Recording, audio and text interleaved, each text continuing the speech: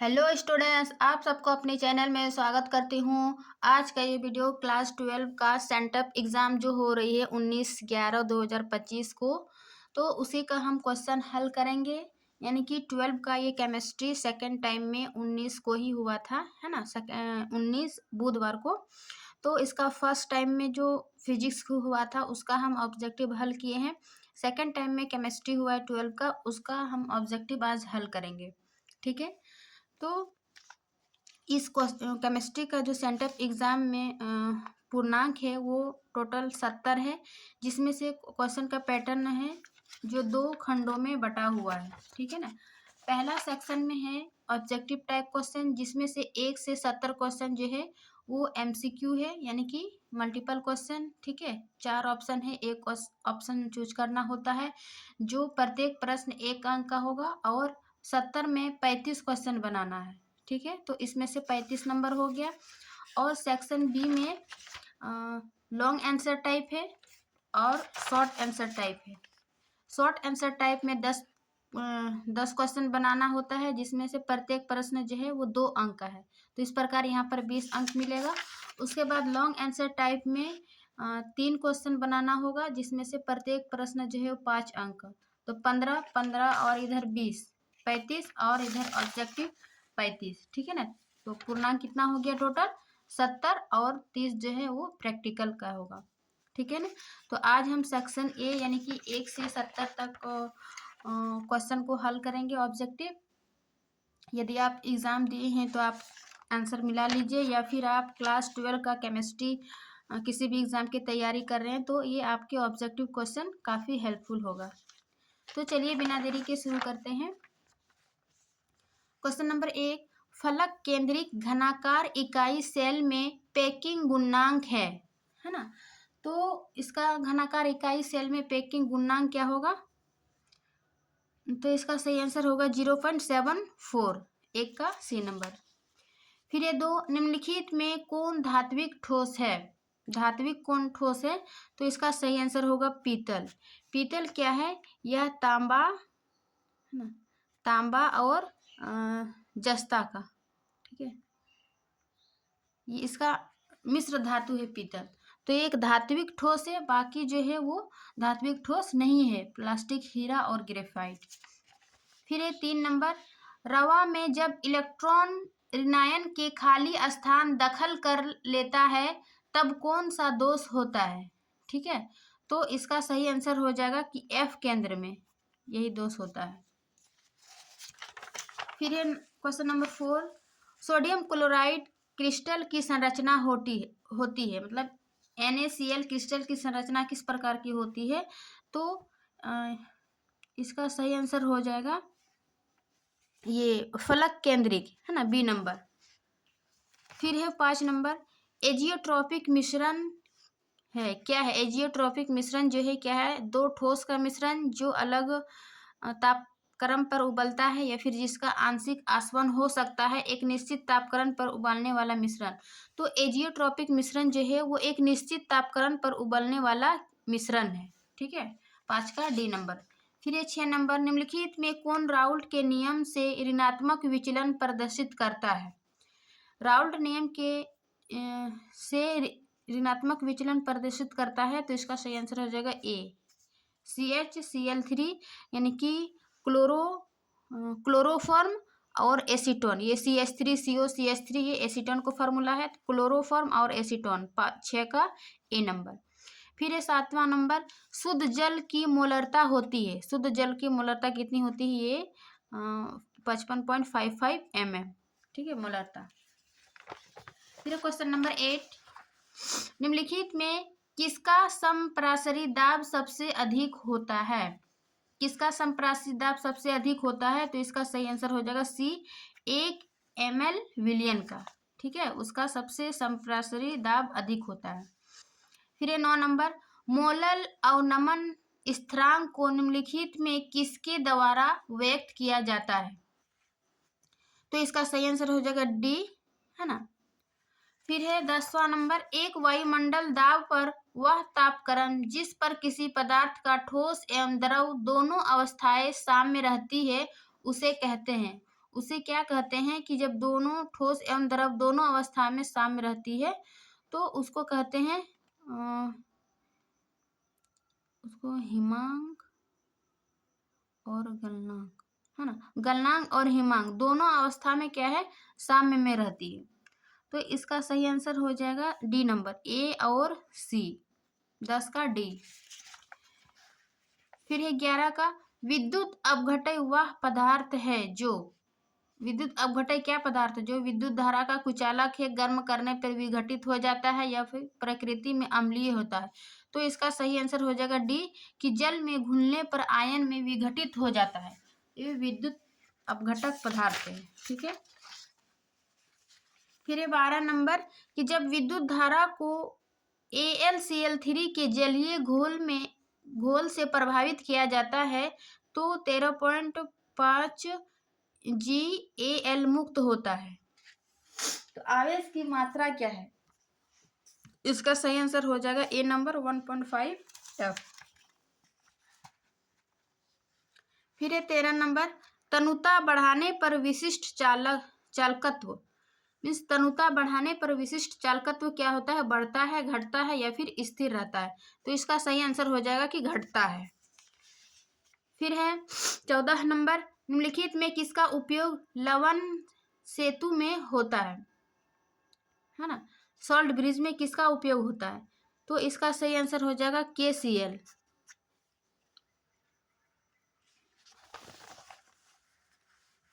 फिर 15 नंबर, जो आयन सबसे सहजता से ऑक्सीकृत होता है वह है, आयन सहजता से ऑक्सीकृत होता है। तो इसका सही आंसर हो जाएगा आयोडाइड। फिर 16 नंबर, किसी रासायनिक अभिक्रिया की दर निम्नलिखित में किस पर निर्भर नहीं करती है, ठीक है ना। किसी रासायनिक अभिक्रिया की दर किस पर निर्भर नहीं करती है। तो इसका सही आंसर हो जाएगा बी पर, यानी कि अनुसंख्यता या फिर आणविकता पर निर्भर नहीं करती है। बाकी जो तापकरण पर, अभिकारकों के सांद्रण पर, अभिकारकों की प्रकृति पर निर्भर करती है रासायनिक अभिक्रिया की दर। फिर है 17 नंबर, निम्नलिखित में कौन प्रथम कोटि की अभिक्रिया है, ठीक है। प्रथम कोटि की अभिक्रिया इनमें से क्या हो जाएगा, ए नंबर। फिर नेक्स्ट क्वेश्चन करते हैं 18, यदि किसी प्रथम कोटि की अभिक्रिया की अर्ध आयु 30 मिनट है तो उस अभिक्रिया को 75% संपन्न होने में कितना समय लगेगा, ठीक है ना। तो इसके लिए फॉर्मूला है और इसका आंसर आ जाएगा 1 घंटा, 18 का बी नंबर। फिर 19 का, अभिक्रिया की दर की इकाई होती है, अभिक्रिया की दर की इकाई क्या होती है। तो इसका सही आंसर हो जाएगा सी नंबर। फिर 20 का, हाइड्रोजन निम्नलिखित में किसके द्वारा अधिशोषित होता है ना, किसके द्वारा अब्जॉर्ब होता है। तो इसका सही आंसर हो जाएगा Ni निकेल, और Pd प्लेटिनम, और ये Pt प्लेटिनम, इनमें से सभी हो जाएगा, ठीक है ना। 20 का डी नंबर। फिर 21 का, किसी ताजा अवक्षेपित पदार्थ में उपयुक्त विद्युत अपघटय डालकर कोलाइडी विलयन बनाने की क्रिया को कहते हैं, कोलाइडी, किसी विद्युत अपघटय डालकर कोलाइडी विलयन बनाने की प्रक्रिया को क्या कहते हैं, पेप्टिकरण। 21 का बी सही होगा। फिर 22 नंबर, निम्नलिखित में कौन द्रव स्नेही क्लोराइड है, ठीक है, द्रव स्नेही क्लोराइड। तो ऑप्शन के अनुसार इसका सही आंसर हो जाएगा स्टार्च सोल, 22 का डी नंबर। फिर 23 का, अधिशोषण में मुक्त ऊर्जा कहलाती है, अधिशोषण में मुक्त ऊर्जा क्या कहलाती है। तो इसका सही आंसर हो जाएगा अधिशोषण ऊर्जा, ठीक है ना, क्वेश्चन से ही आंसर आ रहा है। फिर 24 नंबर, किसी अयस्क के प्रगलन के समय फलस का क्या कार्य होता है। तो इसका सही आंसर हो जाएगा गैंग का निकालना जो है वो अयस्क के प्रगलन के समय फलस का कार्य होता है। फिर 25 का, विद्युत अपघटन विधि से निम्नलिखित में किसका निष्कर्षण होता है, विद्युत अपघटन विधि से। तो इसका क्षार धातुओं का, एल्यूमिनियम का, क्षार मृदा धातुओं का, इसका इनमें से सभी आंसर हो जाएगा कि विद्युत अपघटन विधि से इन सभी का निष्कर्षण होती है, ठीक है। फिर 26 का, प्रक्षेत्र शोधन विधि से प्राप्त किया जाता है, प्रक्षेत्र शोधन विधि से क्या प्राप्त किया जाता है? तो इसका सही आंसर हो जाएगा अत्यंत ही विशुद्ध धातु। विशुद्ध धातु यानी कि शुद्ध धातु। ठीक है, 26 का डी नंबर।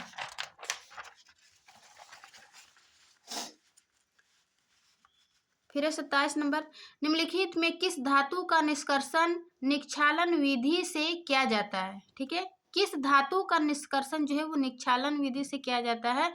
तो इसका सही आंसर हो जाएगा Al aluminium, Au gold, Ag silver, यानी कि इनमें से सभी। 27 का डी नंबर जो है वो धातु का निष्कर्षण निक्षालन विधि से किया जाता है। फिर 28 नंबर, निम्नलिखित में किसका जल अपघटन नहीं होता है? ठीक है, किसका जल अपघटन नहीं होता है? इसका सही आंसर हो जाएगा डी NF3 का। फिर 29 नंबर, निम्नलिखित में कौन ऑक्साइड सबसे ज्यादा अम्लीय है? ठीक है, ऑप्शन के अनुसार कौन सा ज्यादा ऑक्साइड अम्लीय है? तो इसका सही आंसर हो जाएगा बी N2O5। फिर 30 का IF5 में प्रसंकरण होता है। ठीक है, इसका प्रसंकरण क्या होता है? ये ए नंबर sp3d2 d²।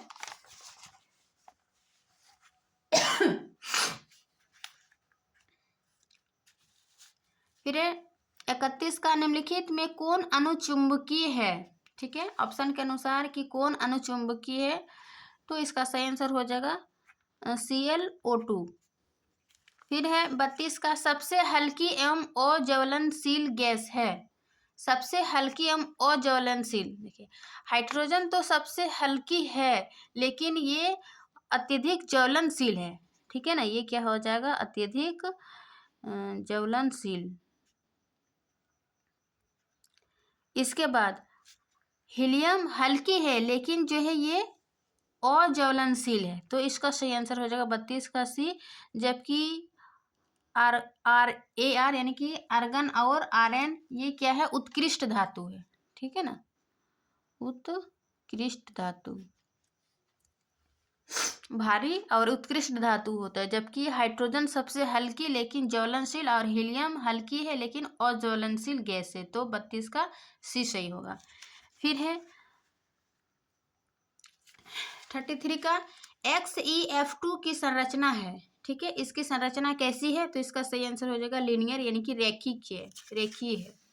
फिर 34 का, NaOH सोडियम हाइड्रोक्साइड के गर्म विलयन की क्लोरीन के साथ अभिक्रिया होने पर निम्नलिखित में कौन पदार्थ बनते हैं? तो इसका सही आंसर हो जाएगा सी नंबर सोडियम क्लोराइड और NaClO3। ठीक है, फिर 35 का,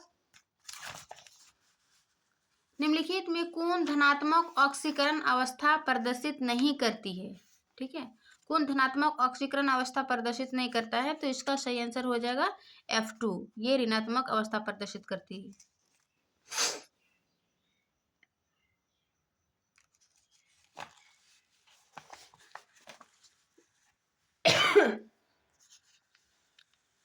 फिर 36 का, निम्नलिखित में कौन सबसे कम वाष्पशील है? ठीक है, सबसे कम वाष्पशील कौन है?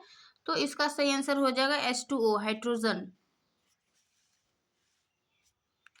फिर 37 का, क्रोमियम यानी कि Z=24 का इलेक्ट्रॉनिक विन्यास होगा। इसका इलेक्ट्रॉनिक विन्यास क्या है? तो इसका सही आंसर हो जाएगा बी नंबर। फिर 38 का, Fe2+ Z=26 में अयुग्मित इलेक्ट्रॉनों की संख्या है। तो इसका सही आंसर हो जाएगा कि 4 निकलेगा। ठीक है, अयुग्मित इलेक्ट्रॉनों की संख्या। फिर 39 का, लैंथेनाइड संकुचन किस तथ्य के लिए उत्तरदायी है? तो किस तत्व के लिए? तो इसका सही आंसर हो जाएगा सी, Zr तथा HF की परमाणुक त्रिज्या लगभग समान है। फिर 40 का, CeZ=58 के द्वारा प्रदर्शित मुख्य ऑक्सीकरण अवस्थाएं हैं। तो इसका सही हो जाएगा बी नंबर +3 और +4। 41 का, K3Cr C2O4 में क्रोमियम की समन्वय संख्या एवं ऑक्सीकरण संख्या क्रमशः है। मीन्स क्रोमियम का ऑक्सीकरण संख्या और इसका समन्वय संख्या पूछ रहा है। ठीक है, तो इसका सही आंसर हो जाएगा ए नंबर की समन्वय संख्या 6 और ऑक्सीकरण संख्या 3 होगा।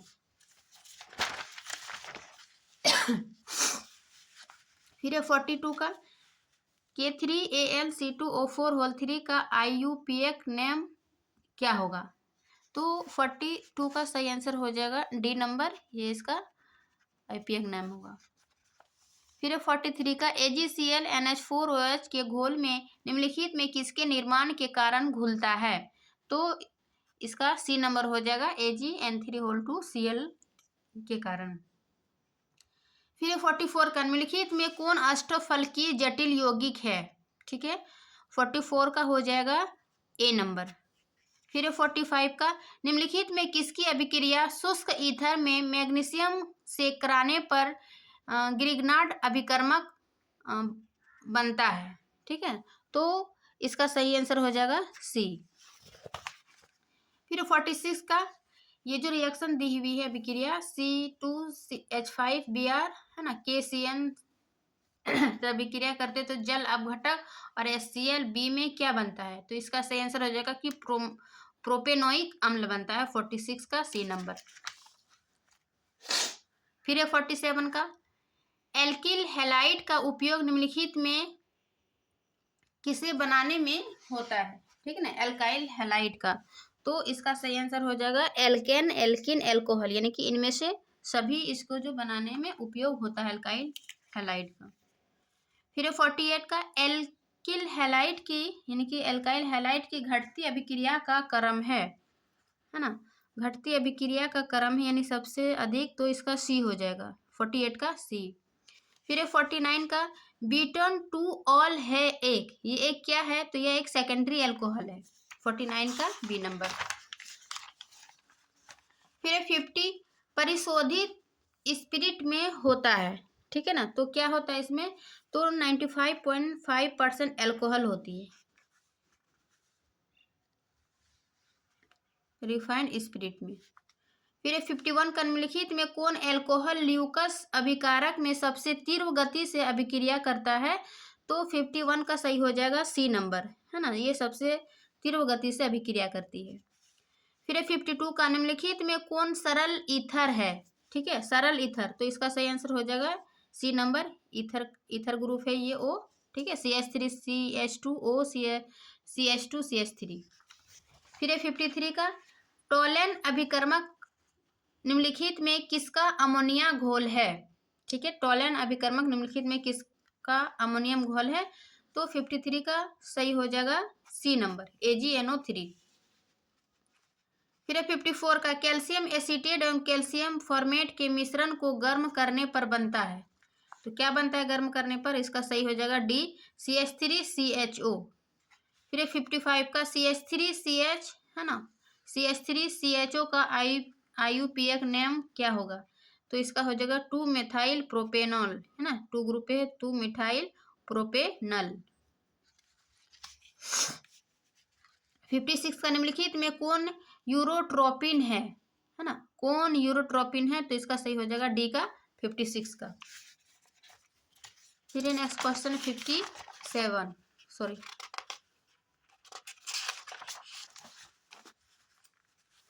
मोनोकार्बोक्सिलिक अम्ल निम्नलिखित में किसका अभिक्रियाशील समवायी है ना, तो इसका सही आंसर हो जाएगा ईस्टर। फिर 58 निम्नलिखित में कौन सबसे प्रबल अम्ल है? प्रबल अम्ल ऑप्शन के अनुसार ये डी होगा, CCl3COOH। 59 जब फॉर्मिक अम्ल को सांद्र H2SO4 के साथ गर्म किया जाता है तो निम्नलिखित में कौन प्राप्त होता है? ठीक है, तो इसका सही आंसर हो जाएगा डी, CO प्राप्त होता है।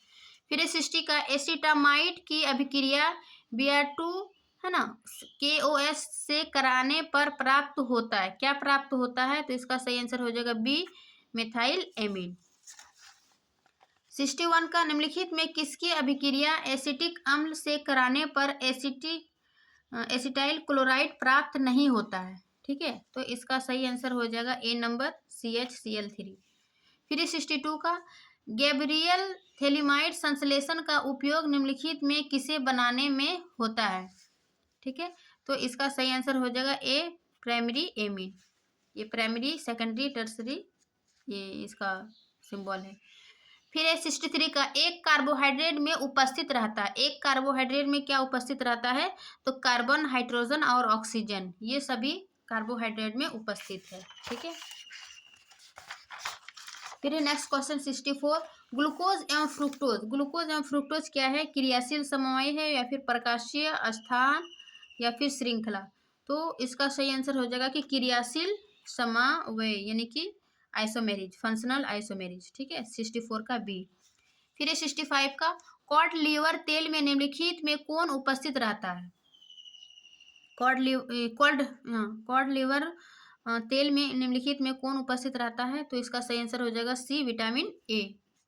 फिर 66 का, निम्नलिखित में कौन पेप्टाइड बंध को यानी कि पेप्टाइड बॉन्ड को सही से निरूपित करता है? ठीक है, तो इसका सही आंसर हो जाएगा बी नंबर। 67, निम्नलिखित में कौन संघनन बहुलक है? संघनन बहुलक ब्यूना, एसरबर, बेकेलाइट या न्यूलन 66। तो इसका सही आंसर हो जाएगा इनमें से सभी, यानी कि तीनों जो है वो संघनन बहुलक के उदाहरण है। फिर 68 का, एम्पीसिलियन है एक, एम्पीसिलियन एक क्या है? तो यह एक एंटीबायोटिक है। फिर है 69, नायलॉन बनाने में कौन सा कच्चा पदार्थ का उपयोग होता है? नायलॉन बनाने के लिए कौन सा कच्चा पदार्थ का उपयोग होता है? तो इसका सही आंसर हो जाएगा एडिपिक अम्ल। ठीक है, नायलॉन बनाने में कच्चा पदार्थ का उपयोग होता है। फिर है 70 का और आज का सीरीज का यानी कि ऑब्जेक्टिव टाइप का लास्ट क्वेश्चन है, निम्नलिखित में किसका उपयोग निश्चेतक के रूप में होता है? ठीक है, यानी कि एनेस्थीसिया के रूप में होता है। तो इसका सही आंसर हो जाएगा N2O। ठीक है, ये एनेस्थीसिया के रूप में यूज किया जाता है। तो ये केमिस्ट्री का सेंटअप एग्जाम का ऑब्जेक्टिव टाइप क्वेश्चन 1 से 70 तक हम कंप्लीट कर चुके हैं।